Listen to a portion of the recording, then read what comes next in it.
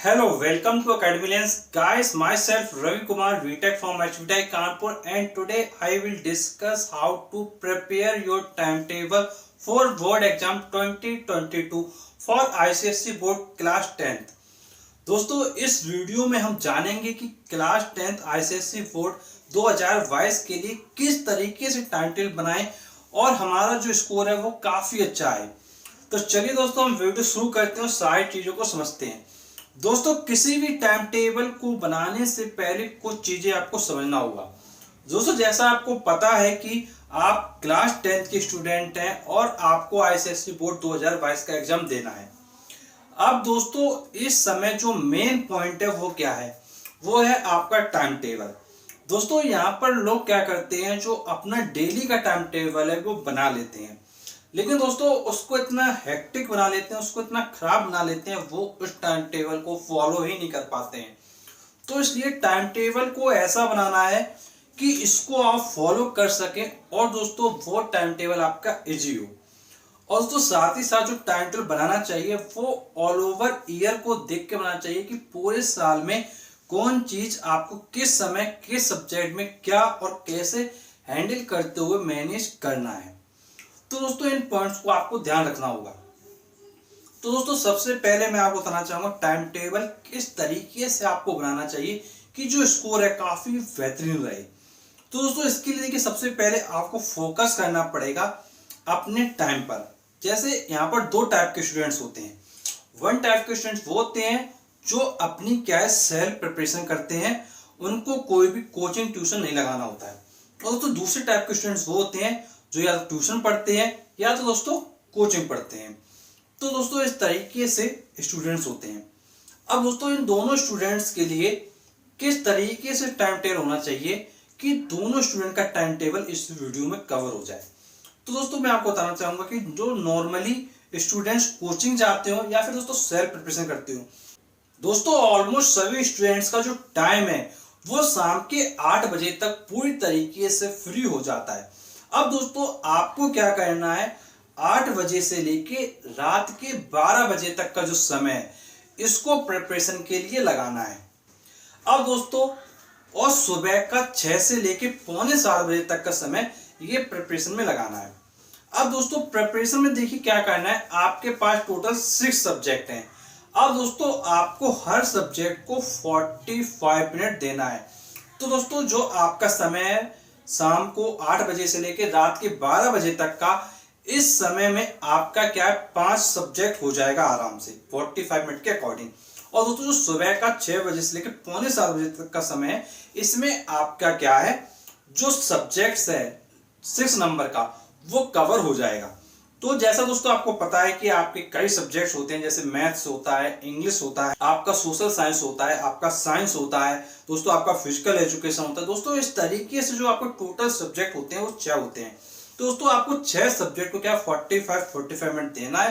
और दोस्तों इसके अकॉर्डिंग जो आपका रात के 8 बजे से लेकर रात के 12 बजे तक का समय ये कवर हो जाएगा और सुबह आपका सुबह 6 से लेकर पौने 7 तक का समय कवर हो जाएगा और आपके 6 सब्जेक्ट आपके कंप्लीट हो जाएंगे।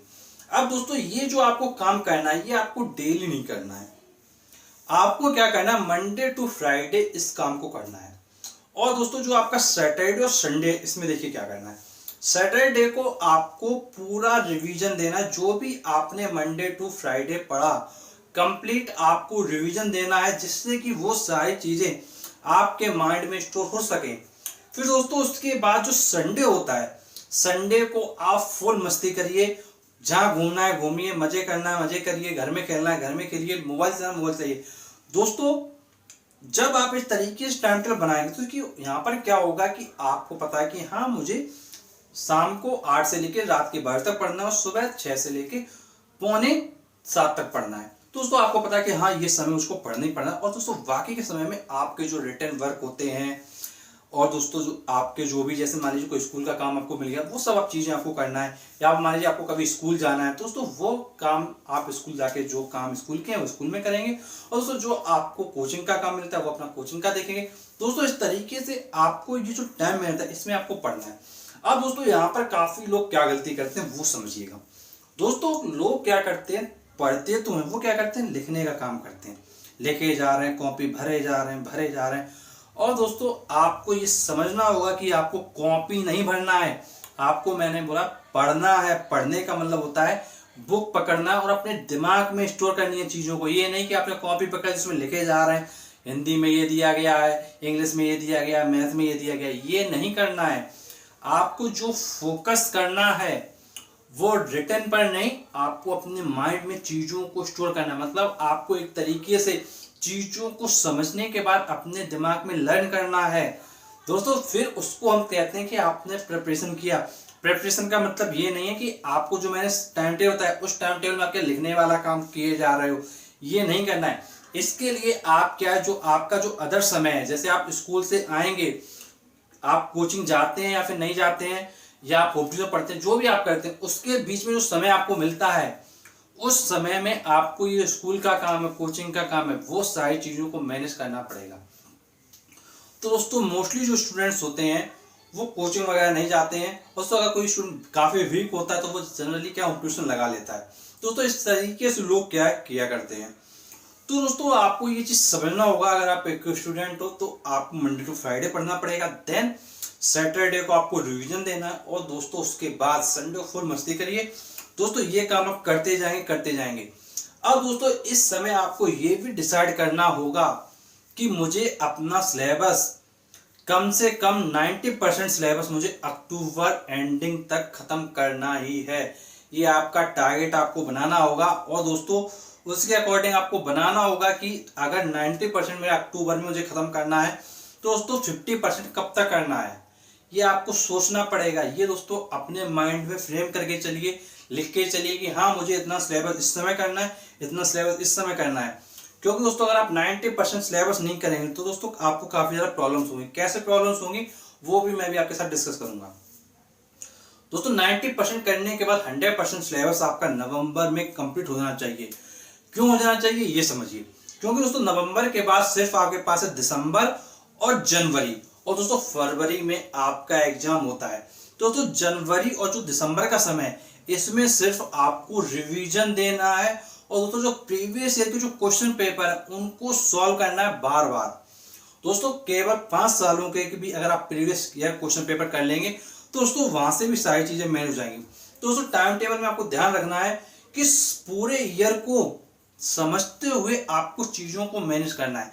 तो आप ध्यान रखेंगे कि आपको क्या करना है, आपको फोकस करना होगा, कैसे भी करके फोकस करना होगा, और आपको 90% अक्टूबर एंडिंग तक करना होगा, और तो नवंबर एंडिंग तक आपको 100% सिलेबस कंप्लीट करना है। और दोस्तों जनवरी और जो आपका दिसंबर का समय इसमें सिर्फ आपको रिवीजन देना और रिवीजन देना है। और दोस्तों जब आपके पास ये जो दिसंबर से जनवरी का समय होता है दोस्तों, इस बीच में आपके जो प्रैक्टिकल सब्जेक्ट्स होते हैं उसका का भी क्या है, आपका एग्जाम होता है। जैसे मान लीजिए कोई इंटरनल एग्जाम है दोस्तों, उसका फाइल वगैरह बनाना पड़ता है दोस्तों, उस समय भी आपके पास क्या बर्डन रहता है। तो आपको इसलिए कैसे भी करके नवंबर एंडिंग तक फुल सिलेबस कंप्लीट करना है। तो दोस्तों आपको इसके अकॉर्डिंग कैसे भी करके आप ये मान के चलिए, आपको सिलेबस मैनेज करने के लिए पूरी एक जो फुल स्ट्रेटजी है वो डिस्कस करनी है, आपको समझनी है, आपको उसके अकॉर्डिंग तैयार करना है। दोस्तों टाइम टेबल का मतलब ये नहीं कि आपको डेली पढ़ने का टाइम टेबल बनाने का और जैसा चल रहा है उसको चलने दें। दोस्तों आपको सिलेबस भी कंप्लीट करना है, ये चीज आपको बहुत अच्छे से समझनी होगी।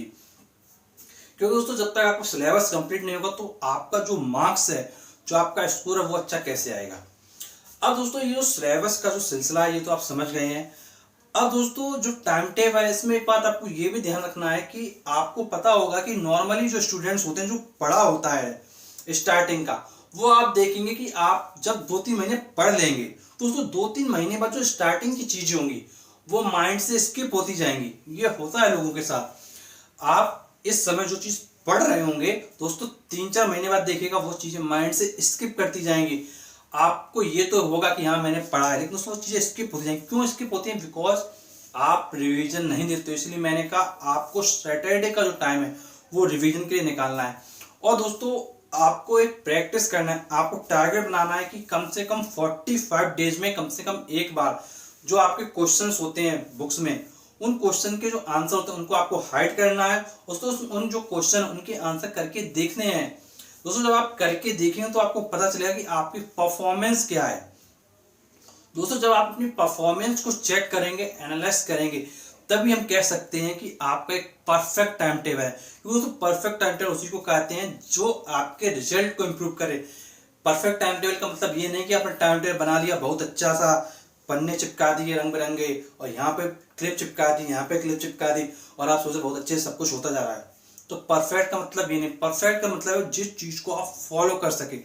और दोस्तों जो मैंने आपको टाइम बताया, जैसे मैंने आपको रात के 8 बजे से लेकर रात के 12 तक का समय बताया। अब दोस्तों काफी स्टूडेंट्स ऐसे होते हैं जिनको रात में पढ़ने में तकलीफ होती है। दोस्तों अगर आपको तकलीफ होती है तो मैं आपको बताना चाहूंगा कि आप रात के समय को हटाकर सुबह के समय को भी चुन सकते हैं। जैसे मान लीजिए आप क्या है रात को 8 से लेकर रात के 10 बजे तक पढ़ लें, फिर दोस्तों जो 10 बजे आप सो जाइए, फिर दोस्तों आप क्या करें सुबह 4 बजे उठ जाइए, फिर 4 से लेकर पौने 7 तक भी आप पढ़ सकते हैं। दोस्तों टोटल जो चॉइस होगी वो आप पर होगी, आप पर डिपेंड करेगी। दोस्तों नॉर्मली जो स्टूडेंट्स होते हैं वो नाइट में पढ़ना क्या ज्यादा प्रेफर करते हैं, क्योंकि दोस्तों रात में क्या थोड़ा उन लोगों को क्या अच्छा महसूस होता है, नाइट में थोड़ा शांति वगैरह भी रहती है। दोस्तों कुछ लोग क्या होते हैं जो सुबह पढ़ना पसंद करते हैं। दोस्तों डिपेंड करता है स्टूडेंट टू स्टूडेंट। बस ये आपको ध्यान रखना जो मैंने आपको समय बताया कि आपको 4 घंटे वो और पौने घंटा सुबह वाला, कुल मिला के आपको जो है पौने 5 घंटे देना है उन 6 सब्जेक्ट में कैसे भी करके।